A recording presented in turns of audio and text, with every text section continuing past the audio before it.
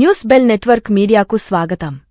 శ్రీకాకుళం జిల్లా పాతపట్నం మండల కేంద్రంలో నేను సర్పంచ్ బరిలో ఉన్నాను అంటూ ముందుకు వచ్చిన రేగేటి షణ్ముఖరావు.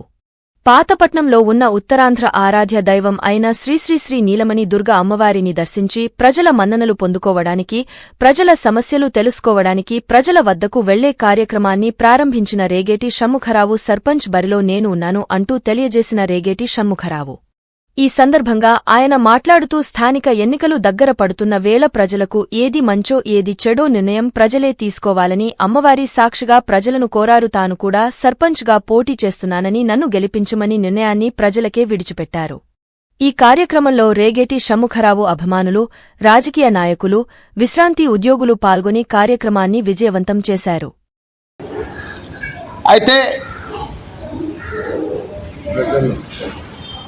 ఒకటే చెప్తున్నాను, పాతపట్నం ప్రజలకు అందరికీ కూడా ఒకటే చెప్తున్నాను, మంచి కావాలో చెడు కావాలో నిర్ణయించుకోవాల్సినటువంటి సమయం పాతపట్నంలో ఉన్న ప్రజలు ఆలోచించుకోవాల్సిన సమయం ఈరోజు ఆసనమైంది.